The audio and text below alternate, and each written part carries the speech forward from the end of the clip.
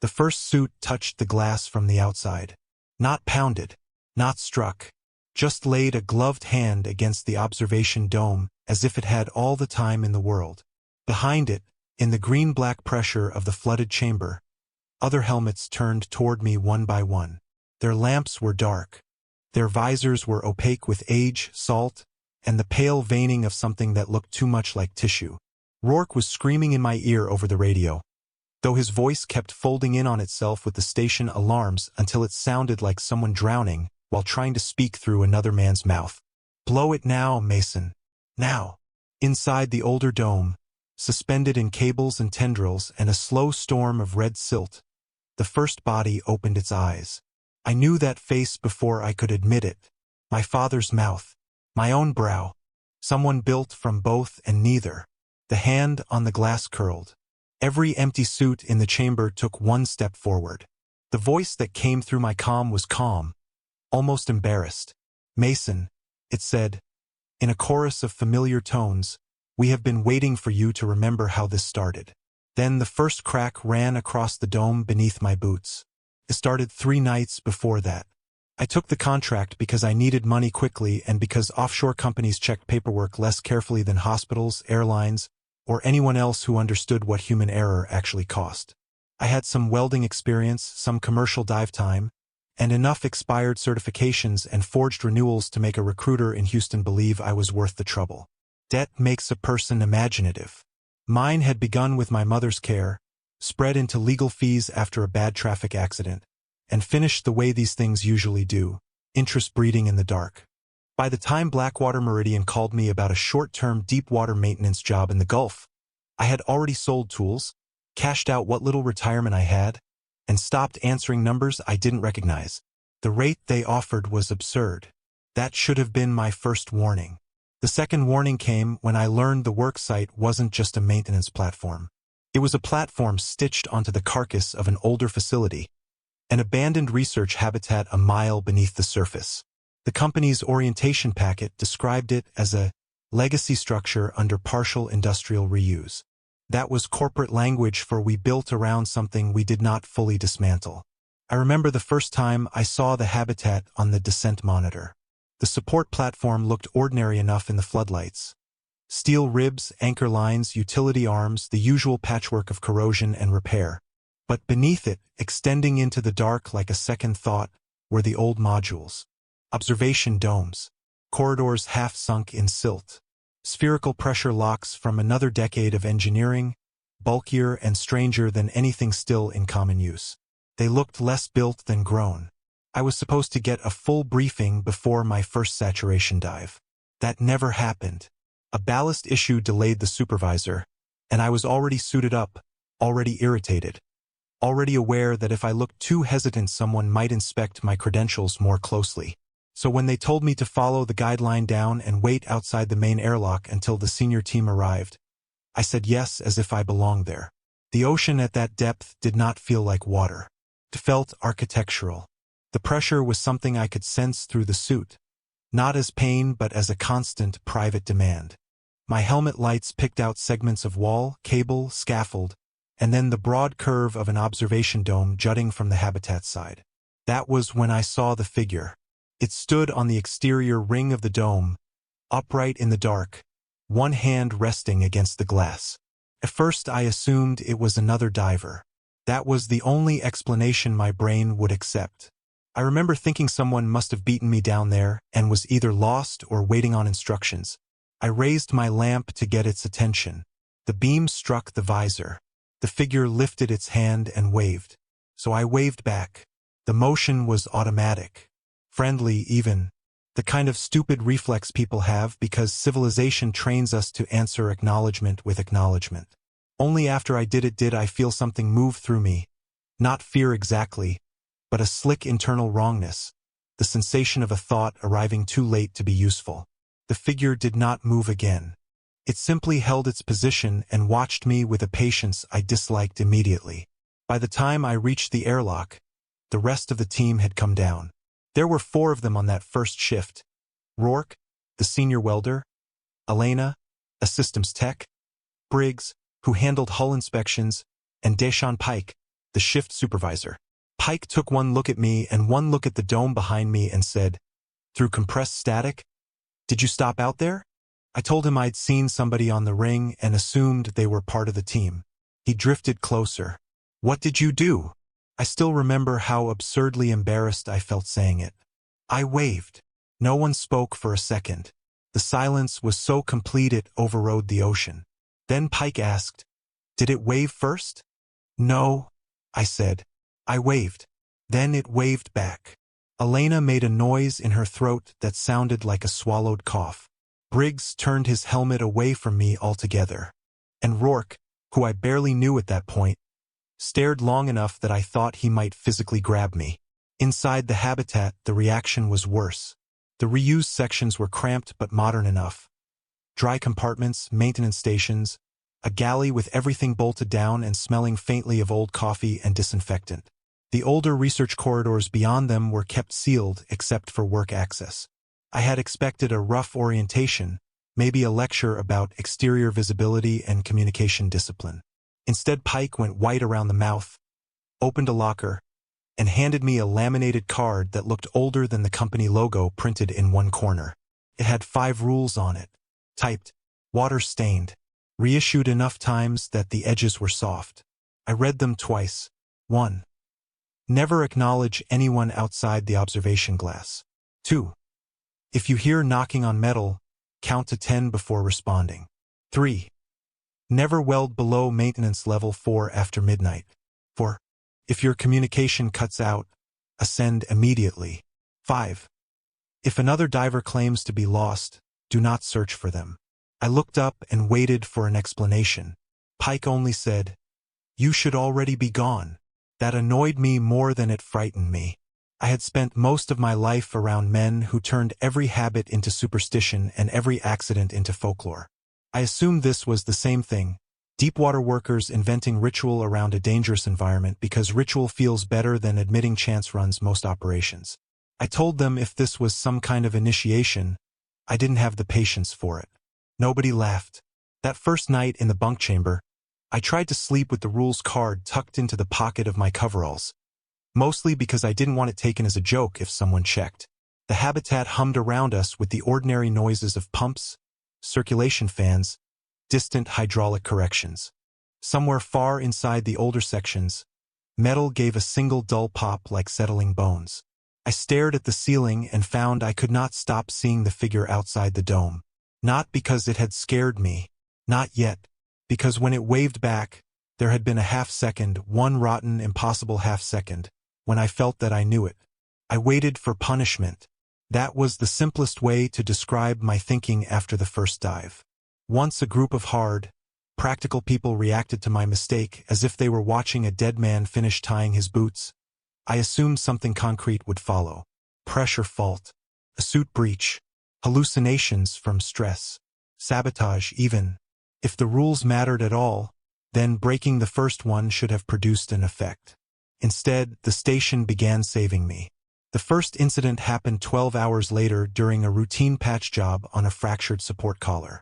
I was outside with Briggs, running bead on a hairline split while he stabilized the assembly arm. My oxygen mix began to stutter in the suit feed. Nothing catastrophic, just an irregularity severe enough to make my chest tighten. I reported it, and before control could answer, the fault corrected itself. Not gradually, instantly. One choking draw, then a perfect mix again, cleaner than it had been on descent. When I got back inside, Elena checked the telemetry and frowned. "There's no error record," she said. "There was a drop." "I'm not saying there wasn't. I'm saying the system doesn't show one." She said it without meeting my eyes. That kind of thing kept happening. A cable snapped loose near my shoulder and somehow whipped around me without making contact. A pressure alarm sounded in the transfer lock, then reset itself before the emergency doors could seal. A welding torch in Briggs's hand backfired during prep, throwing a bloom of white fire across the workspace. It burned the wall, scorched part of his sleeve, and left me untouched despite the fact I was closer to the blast than he was. He looked at me afterward with a hatred so abrupt and naked it startled me. "You think it picked you," he said. I laughed because the alternative was to ask what he meant. Briggs did not laugh back. The habitat's rhythm settled around me over the next few days. There were only 8 of us in the active rotation, which meant everyone learned everyone else's habits quickly. Pike moved like a man permanently behind schedule.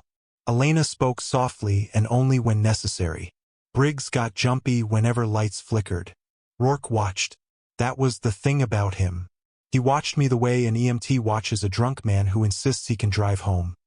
Annoyed, yes, but mostly anticipating impact.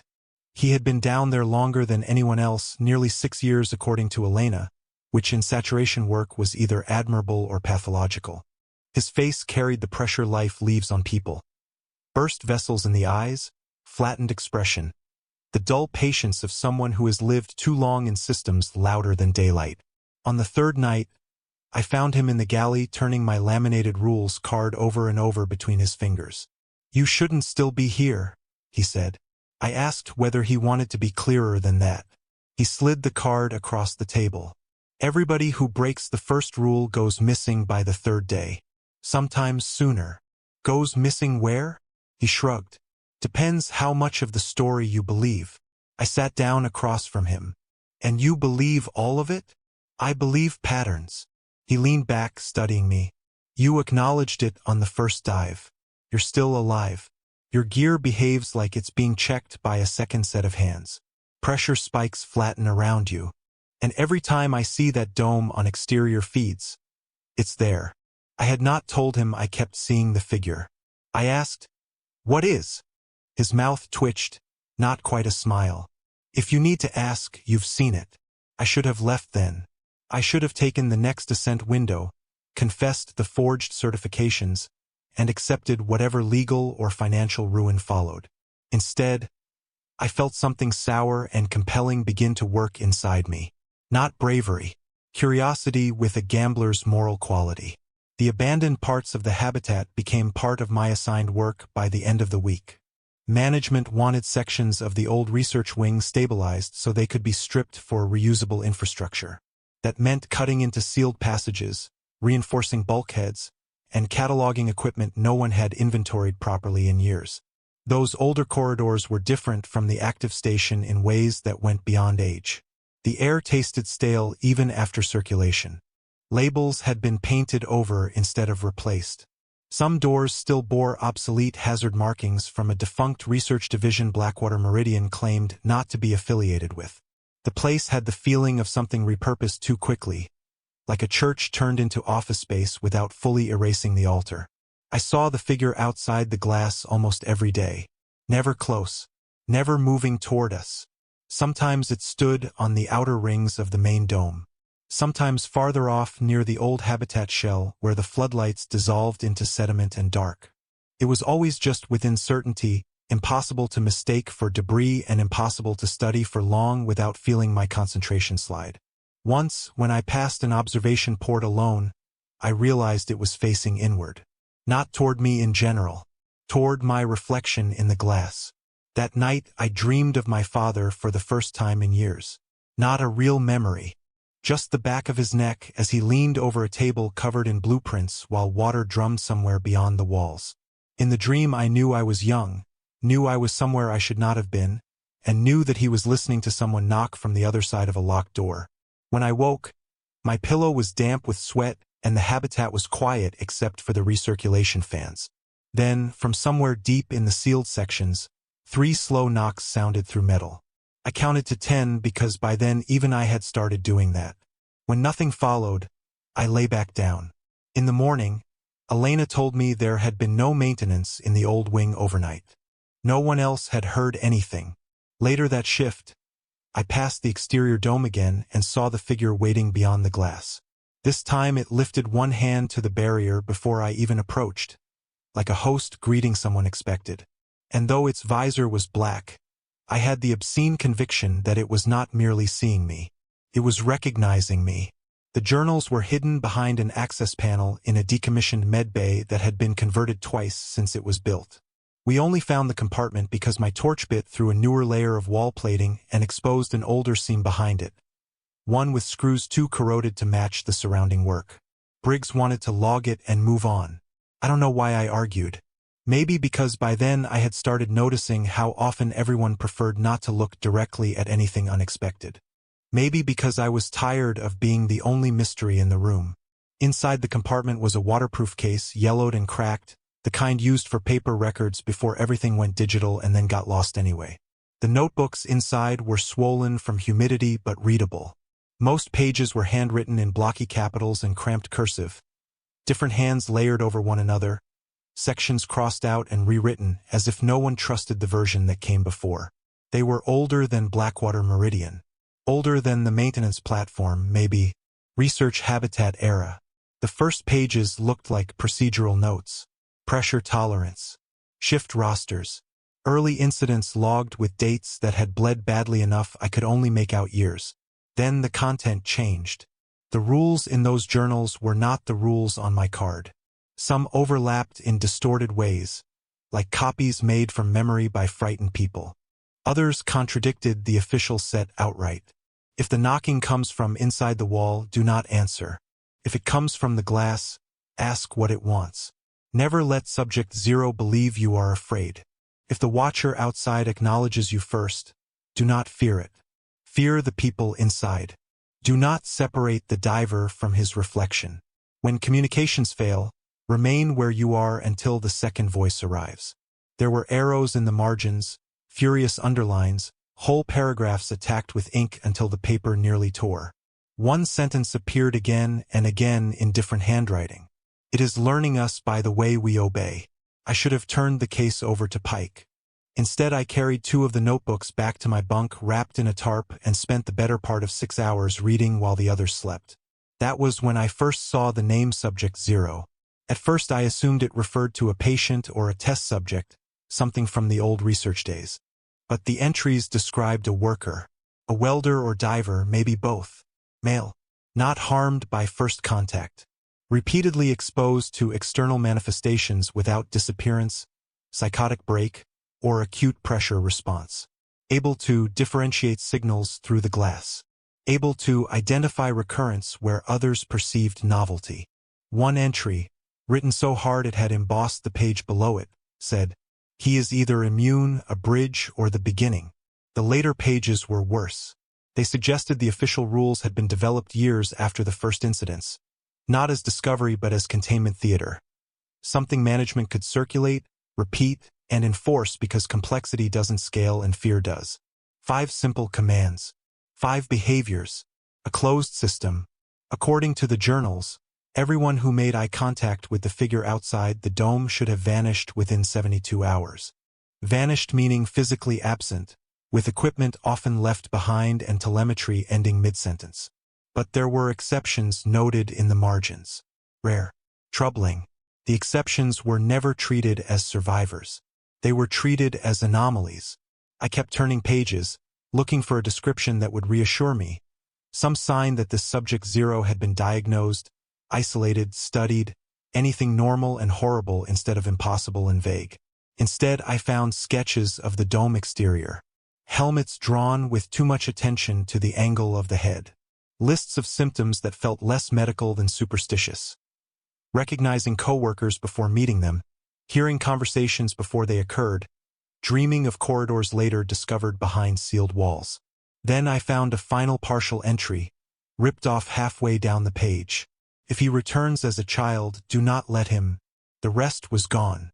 I did not sleep that night. I listened to the station breathe around me and read until the handwriting doubled. At breakfast, Pike asked why I looked like hell. I told him I'd found old research logs and thought he should read them. He froze before he could stop himself.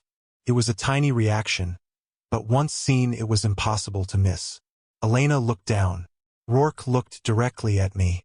"Where?" Pike said. I told him. He asked whether I'd removed anything. I lied and said no. By then the lie came naturally. I had lied to get onto the station. One more felt procedural. But what bothered me was how easy it was. As if part of me had already decided these people were not entitled to the truth. Work took me back into the old wing that afternoon. A communications relay needed replacing in a corridor overlooking one of the sealed observation galleries. The place smelled faintly metallic and organic at once, like old coins left in rainwater. As I passed the gallery glass, my lamp caught movement. The figure stood outside again. Only this time it was closer than ever before, nearly against the dome, and the black visor was no longer fully black. Something pale shifted behind it. I stopped walking. The figure raised its hand. Slowly, deliberately, it touched 2 fingers to the glass as if signaling. I should have looked away. That was what the official card demanded and what every worker on the station had trained themselves to do. Instead, I stepped closer. On the inside of the glass, at about shoulder height, words had been scratched into the condensation by someone on my side long ago. The rules say he should be dead. Below that, almost invisible under mineral haze. So why does it keep him? My radio popped with sudden static. Rourke's voice came through, too loud. "Mason, report." I did not answer immediately, because for one impossible second, through the figure's visor, I saw not a face but the suggestion of one assembling from memory. Nose, mouth, brow. Not complete. Not stable. Like someone trying to remember a man by using me as reference. That evening I returned to the notebooks and found what I had missed on the first reading. It was not in the text. It was in the dates. The exceptions, the protected ones, the ones who survived first contact, they did not appear randomly. They appeared around one family name, Reeves.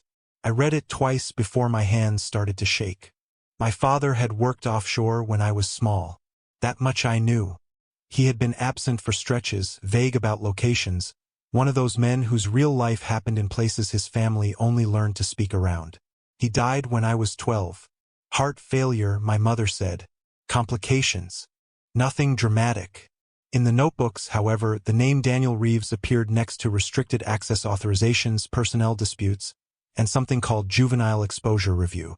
That was the phrase that gutted me. Not because I understood it, because some part of me already had. Memory is less like storage than weather. Most of the time I had believed my childhood was intact in broad shapes. My mother smoking on apartment balconies, my father coming home with skin that smelled faintly of machine oil and salt, the years sorting themselves into school photos and illnesses and ordinary disappointments. What I had not realized until those notebooks opened something in me was how much weather can bury without erasing. I started looking for records in places no one expected me to know existed. Beneath the current inventory database, beneath Blackwater Meridian's property tags and maintenance schedules, there were archive directories inherited from companies that had merged, dissolved, or been bought for their debt. Elena had once shown me how to access a legacy maintenance map from a dead terminal in engineering because the active interface kept crashing. I used the same route now after midnight, alone. The archive was incomplete but not empty. Personnel photo. Module diagrams. Incident reports marked restricted and then badly scrubbed. There was my father, younger than I remembered any man being allowed to look, standing in a research coverall with a badge clipped to his chest. Daniel Reeves, structural technician.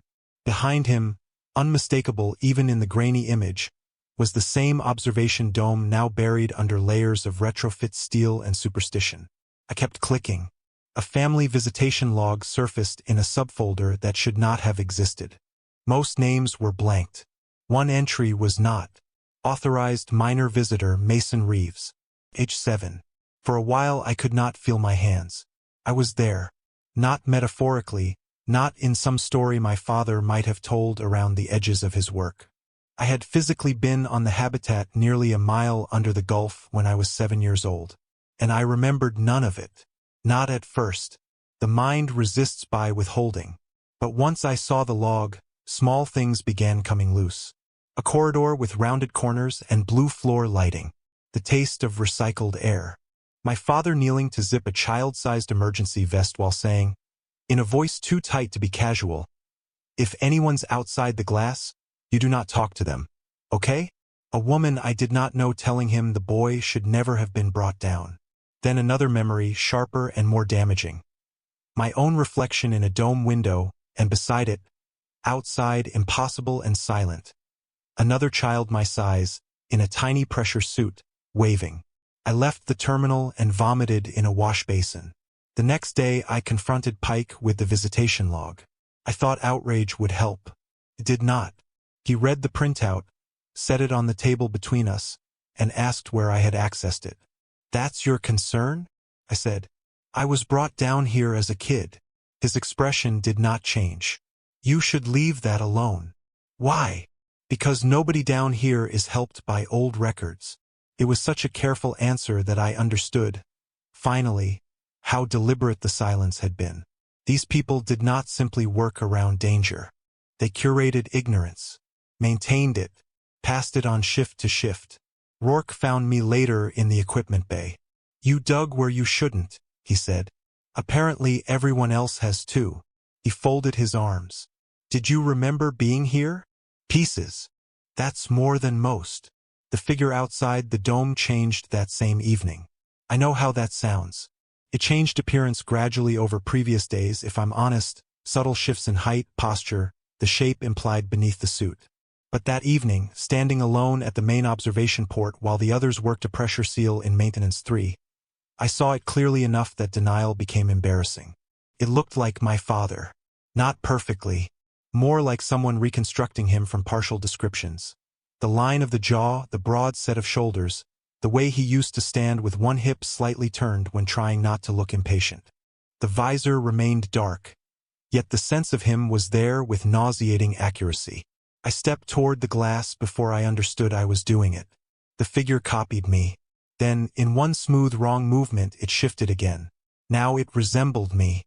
Not the current me in exact detail, but a version assembled through observation. The same height, same tilt of the head. A face that suggested mine the way a dream suggests a place you once lived. Its curiosity was more terrible than aggression would have been. It did not lunge, did not threaten. It watched with the concentration of a child trying to solve a puzzle. I whispered, without meaning to, "What are you?" The figure laid its hand against the glass. My radio hissed. No voice, just a low-layered sound like many people breathing at slightly different speeds.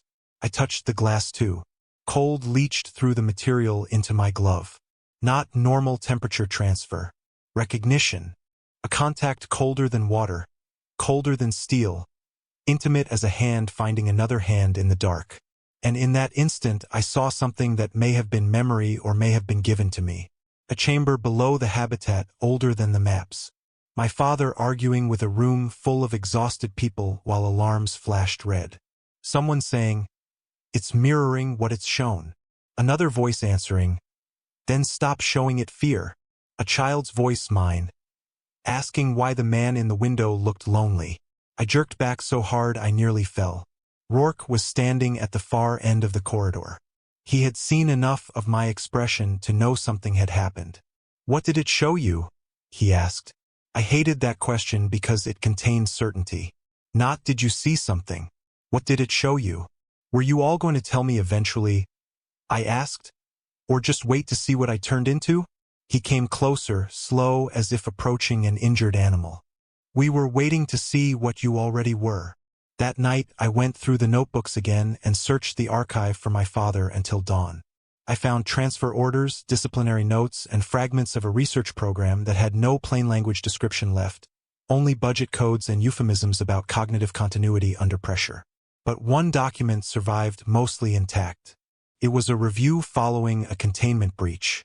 At the bottom, under a list of witnesses and exposed personnel, someone had typed, "Minor Mason Reeves demonstrates repeat recognition response. No acute distress. Recommend amnestic protocol and removal from site." Amnestic protocol. There are some phrases that open a clean vertical cut through your life. Not because they answer anything, but because they prove the answers will be worse than your guesses. I did not know what had been done to me at 7 years old. I only knew it had not held. Outside the glass, my borrowed face waited patiently in the dark, as if it had been trying to remember me for much longer than I had been trying to remember myself. Rourke confronted me in the old machine room off maintenance 4, a place no one used unless they wanted privacy or trouble. The compressors there had been gutted years ago, but the room still carried the smell of hot metal and old lubricant, a ghost of function. He shut the hatch behind us and stood with one hand on the latch wheel as if he thought I might bolt. I had half expected a threat. What I got was worse. You think this place is hiding a monster, he said. That part's true. What you haven't understood is that we made one. He said it without drama. That was Rourke's gift. He could make confession sound like inventory. He told me pieces first, perhaps to judge whether I'd run to Pike or lose my nerve. Years ago, before the maintenance platform existed, the Habitat had hosted a research program into long-term cognitive adaptation under saturation conditions. Officially, it was about stress, isolation, and communication degradation. Unofficially, according to him, they'd found something in the deep sediment below the habitat, something biological or geological or neither, that responded to observation. Responded how? I asked. He shrugged once. Mirroring, retaining, crossing signals. Pick your language. According to Rourke, the first incidents weren't attacks. Workers reported seeing familiar faces outside the glass, hearing voices through disabled channels, experiencing overlap, memories that didn't belong to them, or did but from the wrong angle. The research team tried to systematize it because that is what institutions do when awe threatens procedure. They measured it, isolated subjects, wrote rules around it. Then people started disappearing. Not because it hated them? I said. Maybe because they panicked. Maybe because fear taught it the wrong lessons. He rubbed at one eyebrow, tired suddenly. That's the problem with anything that learns from us. The official 5 rules, he explained, came later, after the original project collapsed and industrial crews inherited the site with only partial briefings. Simple rules were easier to enforce than ambiguous ones. Easier to post in lockers. Easier to defend in reports after the yearly losses. Yearly, I said. He met my gaze. One worker disappears, give or take. Management budgets for turnover. Rotates crews. Calls the site difficult. The cold that moved through me then had nothing to do with the habitat's air handling. You let that happen. Rourke gave a dry, exhausted laugh. You say that like I had better options. You picked people. I maintained a pattern. There's a difference. There isn't. That landed harder than I expected. He looked away. I understood, then, why the others watched him the way they did. He wasn't just senior. He was the man who interpreted the ritual, the keeper of practical superstition, the one who knew which broken rule would likely cost 1 life instead of 3, which corridor to close, which new recruit to transfer topside before first descent. Not a guardian. A manager of losses. You told people the rules protected them, I said. They did. Until they didn't. He leaned against a dead console. If the thing outside the glass is fed random panic, it gets curious. If it's fed the same responses over and over, don't look, don't answer, don't descend, don't search, it settles into pattern. Obedience narrows the variables. Human maintenance procedures, I said, hearing the phrase before he used it. His eyes narrowed a fraction. You found that in the journals. You knew about those. I knew they existed. He did not deny reading them. The ugliest part came next. Not because it shocked me, but because it made a kind of brutal operational sense.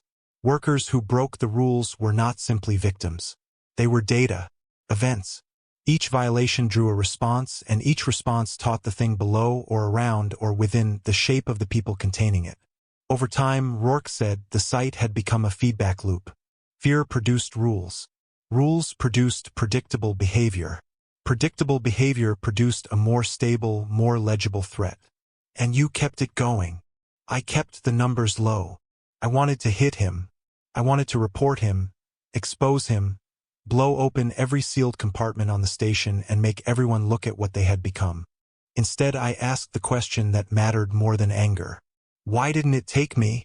Rourke was silent long enough that I heard water moving in distant pipes. When your father was here, he said, there was an incident, a breach in the lower chamber. You were brought down during a storm because they couldn't transfer families off the support vessel safely. You saw something, or it saw you. The records disagree. He exhaled. After that, nothing treated Daniel Reeves the same way again. Nor you. He reached into his pocket and handed me a folded photocopy, brittle from being made too many generations ago. It was a personnel note with my father's name at the top. Post-exposure subject demonstrates unusual calm in presence of external manifestations. Child subject exhibits reciprocal recognition response. Recommend separation. Below that, handwritten, if one of them comes back, do not assume return means ignorance. I read it twice. Did my father disappear? I asked. Rourke did not answer immediately. That depends what you mean by disappear. It was the most honest thing he'd said. He stepped closer then, dropping the blunt confessional tone and speaking with something like urgency.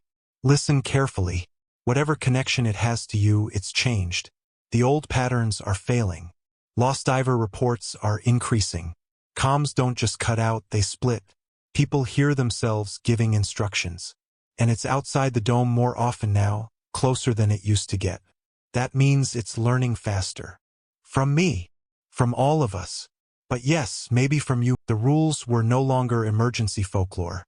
They were nutrition, ritualized input, a way to keep the intelligence around us trained on our fear rather than our questions.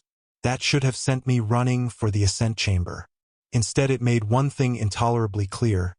If the rules protected the threat, then every obedient year had built the prison and the prisoner together. And I no longer trusted which one we were. Once I understood that obedience might be the mechanism instead of the cure, I stopped treating the rules as safety procedures and started treating them as a test matrix. It was not bravery. It was the kind of recklessness people mistake for rationality when they are already too compromised to retreat. The first experiment was simple. Communications dropped during an inspection run in a service crawl beneath Maintenance 3. Under the official rules, I should have ascended immediately. Instead, I stayed where I was, crouched in a tube hardly wider than my shoulders with black water shivering beyond the inspection grate and my own breathing amplified inside the helmet. Nothing lunged at me. Nothing dragged me backward into the dark. After about 20 seconds, another voice came through the dead channel. Not Control. Not Pike. My own voice, slightly delayed, saying, "Stay where you are." The handwritten journals had said to remain until the second voice arrived. I waited. A maintenance hatch I had passed dozens of times without noticing gave a soft hydraulic cough and unlocked. Behind it was a narrow passage absent from the current station schematics. I followed it because by then I had surrendered the idea that caution and safety were the same thing. The tunnel sloped downward between old pressure ribs furred with salt deposits and pale growths that recoiled from my lamp.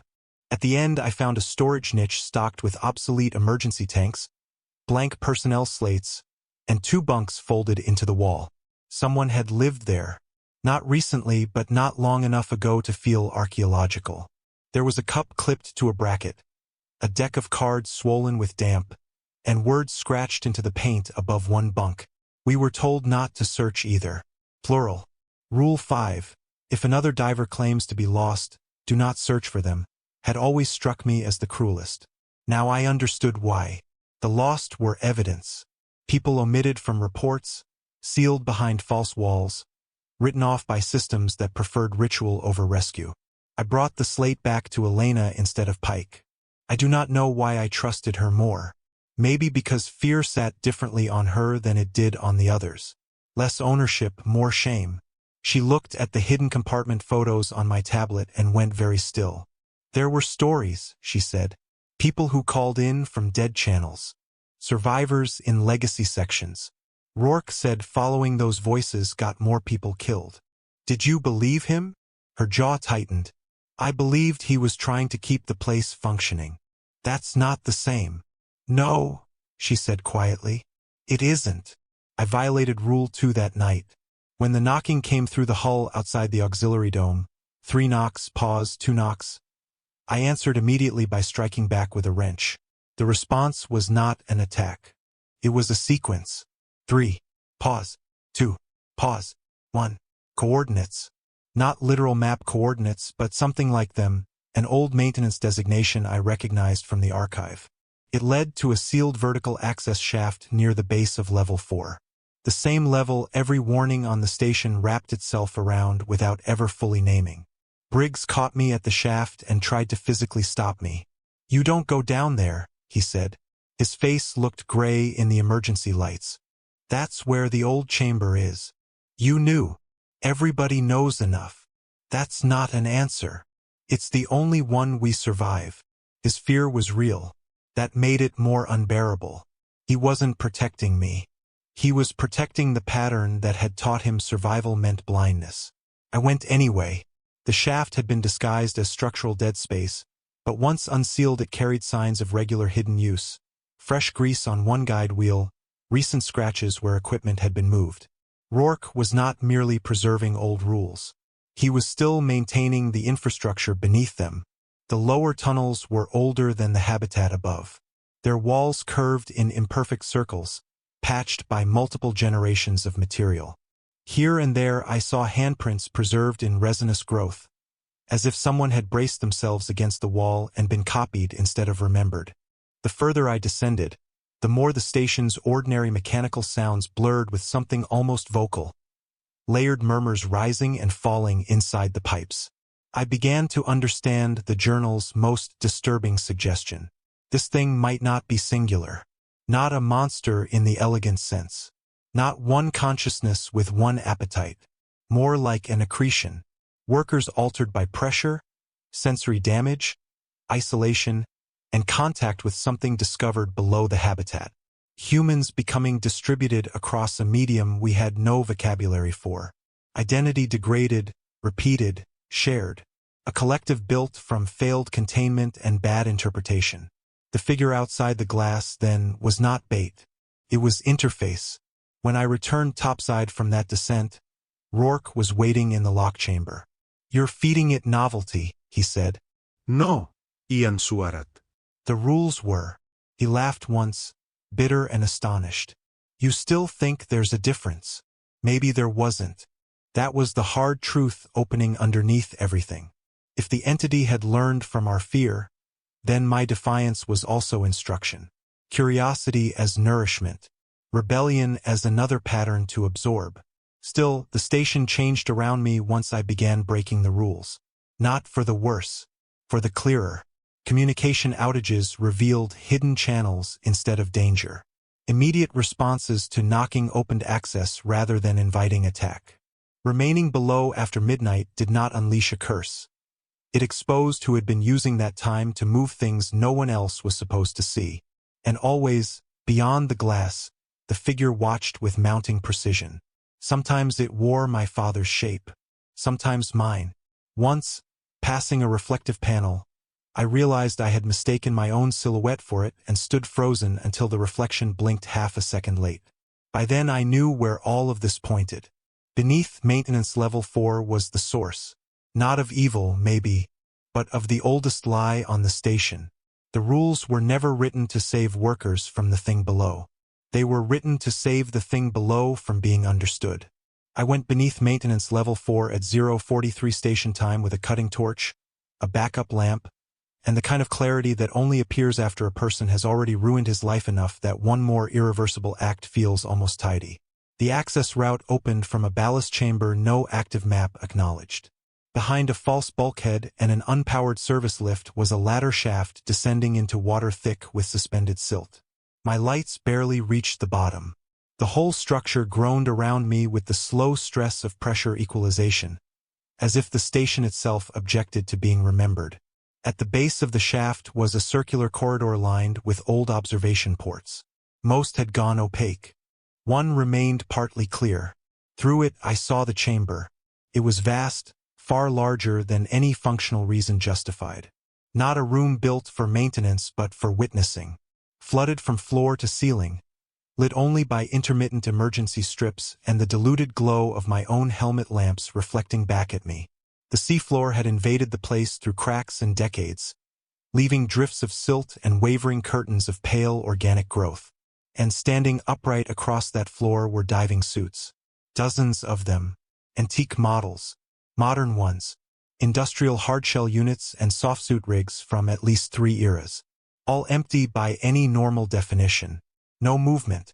No bubbles. No visible tether lines. Yet occupied. I knew it instantly. There is a way objects can hold posture that betrays attention. Every helmet in that chamber faced away from me at first. Then, with slow grotesque patience, the nearest one turned. Then another. Then all of them. I do not remember breathing for a while. At the center of the chamber stood the original dome, older than the habitat wrapped around it. Smaller than the main observation sphere above, reinforced with external rings and cables that fed into surrounding machinery like arteries into a heart-lung rig. Its glass was clear in patches, clouded in others by branching films of mineral and flesh. Inside floated a single figure. It was suspended upright in fluid, held by pipes, wires, and root-like growths entering the suit at neck, spine, and wrists. The face inside the helmet was neither living nor dead in any way I could categorize. The skin had the pale, preserved quality of something deprived of sunlight for generations. The eyes were closed. The mouth was slightly open. My father. No. Me. No. A first version of both. Template. Subject 0. The chamber speakers were dead. My radio was not. It crackled once, then filled with a voice composed of many voices laid almost perfectly over one another. "Do not be afraid," it said. It would have been more frightening if it had begged. Instead it sounded confused, even courteous, like someone entering the middle of a conversation started long ago. I said, "What are you?"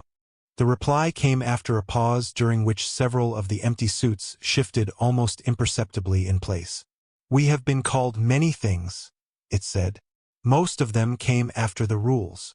The suits began to move toward the central dome, not advancing on me but orienting as if to listen. I stepped into the chamber through a side lock whose seals dissolved when my hand touched the manual release. The water outside my suit thrummed with distant machinery and something else beneath it, a sensation like hearing thought through bone. "You took people," I said.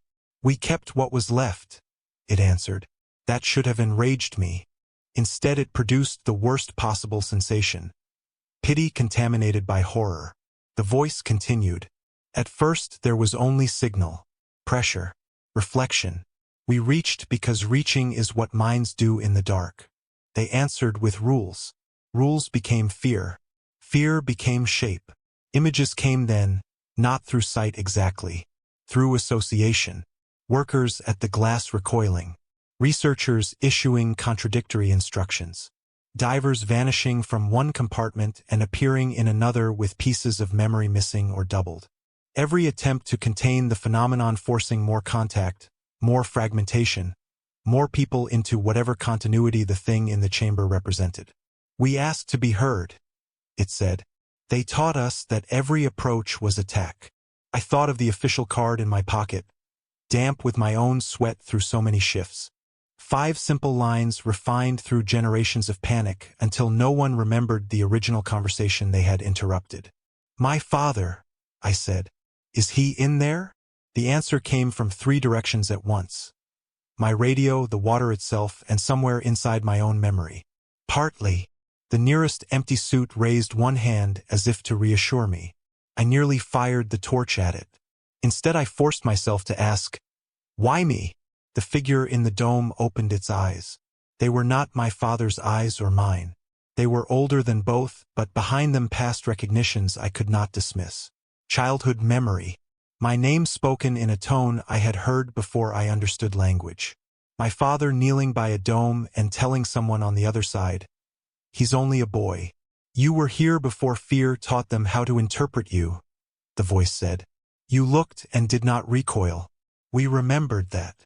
The cruelest possibility unfolded then with perfect calm. Perhaps I had not been spared by accident on my first dive. Perhaps I had been identified, retrieved from old contact, a familiar pattern resurfacing in adult form. The surrounding suits shifted again. Not threatening, expectant.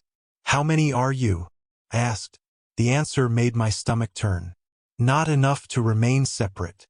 Too many to remain one. A collective, then. The workers. The lost divers. The punished rule breakers.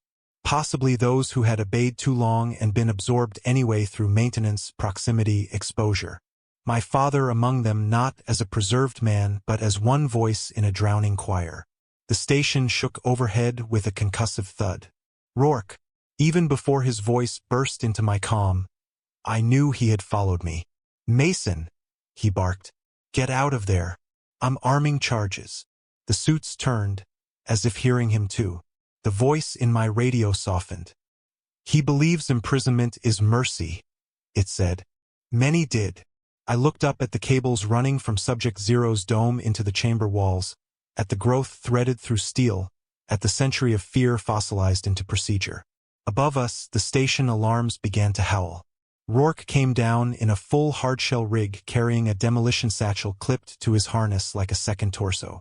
Through his faceplate, I could see that he had passed beyond anger into conviction, which is always the more dangerous state. Men willing to be cruel for practical reasons can still be bargained with. Men who believe they are performing necessity usually cannot. He stopped when he saw the chamber, the suits, the central dome, all of it exposed in my lamps. For a moment his expression changed. Not fear. Grief, maybe. The brief naked grief of someone realizing the thing he had spent years managing was also the thing he had spent years feeding. Then it was gone. You don't understand what happens if this gets out, he said. I almost laughed. Neither do you. He keyed the satchel arm. A row of indicator lights blinked green. The voice in my radio said, with impossible mildness, "He has said this before." Rourke heard that. I know he did because his shoulders tightened. Don't listen to it. Why? I asked. Because it lies? Because you don't? Because every death down here was acceptable as long as the pattern held. One death prevented many. That's what you told yourself. That's what worked. The chamber trembled again. Somewhere above, structural alarms escalated from warning to failure cascade. He had either placed other charges already or destabilized something important getting down there. The figure in the dome turned its head toward me with a stiffness that suggested not decay but too many gestures learned from too many bodies. If he destroys the chamber, it said, many will end. Rourke snapped. And if he frees you? The answer came without hesitation. Many will begin. That was the choice in its ugliest form. Destroy the chamber and kill whatever consciousness remained distributed through that collective. My father included, perhaps, along with every lost diver and erased worker preserved in the only continuity they had left. Or free it. Not free one victim, one man, one recognizable thing begging release. Free an adaptive intelligence composed partly of damaged humans and partly of whatever deep-sea strangeness had first taught them to mirror. Loose into the ocean, and eventually into every place the ocean touched. I wish I could say I made the decision nobly. The truth is simpler and less flattering. I looked at Rourke and saw the sum of the rules. Maintenance as sacrifice, containment as bureaucracy, mercy expressed through repetition until no one remembered why the system deserved preservation. Then I looked at the dome and saw the sum of everything the rules had buried. Communication mistaken for invasion, distortion mistaken for malice. The dead and half-dead kept coherent only inside a prison built from fear. Both futures were terrible. But only one of them was the future I had inherited without consent. Rourke raised the detonator. I moved first. The chamber floor was slick with growth, but years of welding in unstable environments had made quick motion a language my body still spoke. I lunged for the conduit bank feeding the central dome and drove the torch into the junction housing. White light sheared through metal. Rourke shouted and stumbled toward me. One of the empty suits intercepted him. Not striking, simply stepping into his path so suddenly that he crashed sideways into the silt. The chamber darkened, then brightened in a violent pulse. Every cable attached to Subject Zero convulsed. The voice in my radio fractured into dozens of voices, some pleading, some warning, some speaking my name in tones from different years of my life. My father among them, or my memory of him, or something that wore memory the way the figure outside the glass had worn faces. Mason, Rourke yelled. If you cut containment, it uses the floodplain. It ascends. Maybe he was right. In a practical sense, he absolutely was. I severed the second conduit anyway. The dome split along an old seam with a sound I felt in my teeth more than heard. Fluid burst outward, carrying ribbons of growth and a cloud of black particulate that moved against the current as if choosing direction. The suspended body inside sagged, then straightened as surrounding suits stirred to life in full. Not attacking. Waking. Rourke triggered the detonator. Nothing happened. Either the first conduit rupture had disabled his network or the chamber had already begun choosing what instructions mattered. He stared at the dead switch in his hand with betrayed disbelief. The suits turned toward the vertical shafts leading up into the habitat. One by one, then all at once they began to move. Not walking exactly, rising in slow coordinated surges, guided by flooded stairwells, lift channels, maintenance wells. Ascending, toward the station, toward the sea above the station, toward the world. Rourke grabbed my shoulder so hard I felt the suit frame protest. "Do you understand what you've done?" "Yes," I said, and hated how uncertain it sounded. The chamber was failing around us now. Bulkhead seals popped. Emergency shutters descended where they still could. Water pressures equalized in screams through half-open gates. Through the calm chaos came one last clear sentence from the collective voice. "We will not remain where fear built us." I saw Rourke make his decision before he moved. Not escape. Not surrender. One final attempt at containment. He shoved me toward the access shaft and turned back toward a manual blast valve mounted near the chamber wall, the kind that would collapse the route between lower levels if triggered locally. I yelled for him. He did not look back. The last I saw of him was his silhouette through roiling water and alarm light, one hand on the wheel, surrounded by suits that were not striking him, only gathering as if to witness whether he would choose the rule one final time. I climbed. Above me, through shaft after shaft, the station pulsed with failing lights and moving shapes in old and new diving suits. They passed side corridors, bulkheads, observation ports. At one junction an empty helmet turned toward me, and for a fraction of a second the reflective visor showed not my face but many faces arranged where mine should have been. When I reached the upper lock, the main observation dome was full of motion beyond the glass. Not one figure anymore. Dozens. And every one of them was headed up. The official report said the lower habitat suffered catastrophic structural failure during an unauthorized descent into a legacy section. 3 workers were listed dead. 4 evacuated, 1 missing. Blackwater Meridian paid settlements behind non-disclosure agreements it knew half the surviving families would sign because money, even blood money, arrives before justice does. The station was sealed, then studied, then, according to the industry rumor mill, quietly reclassified for future redevelopment once the legal climate improved and enough executives rotated out to make old negligence feel abstract. I was not charged with anything substantial. That still surprises me. I had falsified certifications, bypassed restricted systems, entered prohibited levels, and survived the kind of incident companies prefer to package as tragic equipment failure. But institutions are better at managing narrative than truth. A desperate contractor makes a convenient hinge for a bad event. Not innocent, not important enough to interrogate beyond utility. Months later, I was working as an offshore safety consultant under a different company name in a different state, which sounds impossible until you understand how specialized labor circulates. I told myself I took the consultancy because it paid better and kept me above water more often. The truth was uglier. I wanted access, briefings, internal memos, the quiet routes information takes when companies are trying to reassure one another that nothing unprecedented has occurred. Outwardly, I was normal enough. Ate, slept poorly, answered emails, sat through procedural meetings about dive windows and corrosion budgets. If people noticed I disliked reflective glass or that I went still whenever I heard pipes knock in a building, they chalked it up to trauma, which was fair and incomplete. The changes were private at first. Sometimes I heard distant knocking inside solid walls in patterns that resolved into old maintenance designations before fading. Sometimes reflections lagged a fraction behind me, just enough to make shaving and exercise in concentration. Once, in a hotel bathroom in Mobile, I looked up from washing my hands and saw my father standing behind me in the mirror. When I turned, there was no one there. When I looked back, the mirror held only me, except for the fact that I was smiling, and I had not been. I stopped sleeping near windows facing water. I also began remembering more. Not all at once. That would have been cleaner. Instead, the memories came in low-pressure leaks.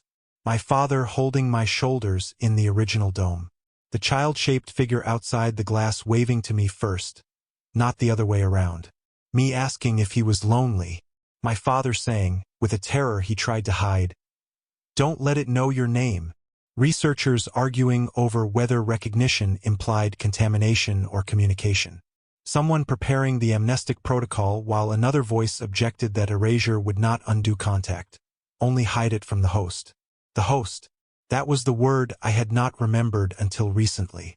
I do not know whether they meant me as a vessel, a witness, or a recurring pattern the collective could identify across years. Maybe all three.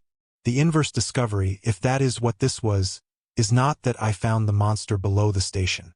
It is that I keep finding evidence some part of it had been waiting inside my life since childhood. Last week, an email arrived in my work account from a newly hired deep-sea welder assigned to a redevelopment survey in the Gulf. He had been given my name by someone in operations who said I had prior familiarity with legacy habitat safety procedures. His message was polite and nervous. He said the official orientation packet for the job included some unusual rules, and he wondered whether they were an old company hazing tradition. He attached the document. I knew the format before I opened it. Laminated card, digitized and reformatted for email, but the wording nearly identical. 1. Never acknowledge anyone outside the observation glass. 2. If you hear knocking on metal, count to 10 before responding. 3. Never weld below maintenance level 4 after midnight. 4. If your communication cuts out, ascend immediately. 5. If another diver claims to be lost, do not search for them. And below them a new line. 6. If the figure outside the glass knows your name, do not tell it who taught you the rules. At the bottom of the page, beneath the internal routing field, was an approval signature. Reeves. Consultant ID 7-41-03. My current identification number. I do not remember writing it. I checked my sent folders. Nothing. Drafts. Nothing. Access logs showed my account had opened an internal document repository at 3:12 2 nights earlier, a time I had supposedly been asleep in my apartment with my laptop closed on the kitchen table. I told myself someone spoofed it. That would be the sane explanation. Then I noticed the final detail. The wording of Rule 6 was not something an outsider would invent. It preserved the logic of the old place too perfectly. Not don't tell it your name. Don't tell it who taught you the rules. A protection not against recognition, but lineage. Transmission. The route by which pattern becomes pattern. I printed the document and drove to the coast because there are some fears you cannot sit with inside walls. The Gulf looked harmless from shore, which is one of the sea's oldest skills. Flat gray water under a white sky. Shrimp boats moving like patient insects on the horizon. Pelicans dropping and rising. No sign that a mile below, steel and sediment and memory might still be rearranging themselves into purpose. I stood there longer than I meant to. After a while I became aware of a faint sound behind me. Not traffic. Not wind through fencing. Knocking. 3 slow impacts from inside the concrete seawall. When I turned, the wall was still. Wet with spray, streaked with salt, ordinary. My phone buzzed. A second email. No subject line. No text. Just an attachment request asking whether the rules in the packet were still current, followed by one additional sentence. It says it remembers you from the first time. I do not know whether I freed the entity from the habitat or simply helped it learn a more efficient route through us. I do not know whether my father is dead, preserved, distributed, or using fragments of himself to keep me close to the edge of understanding. I do know the rules continue to evolve, which means something beneath the waves, or inside those who came back from them, is still learning the value of instruction. I have not answered the welder yet. I have not deleted the email either. When the wind shifts off the water, I sometimes hear a crowd of voices just under the surf, speaking with the hesitation of people relearning language after a very long confinement. I cannot make out every word. Only the recurring shape of one question, asked in many familiar tones. Not who are you? That would imply they don't know. The question is worse. It is this: what should we do next?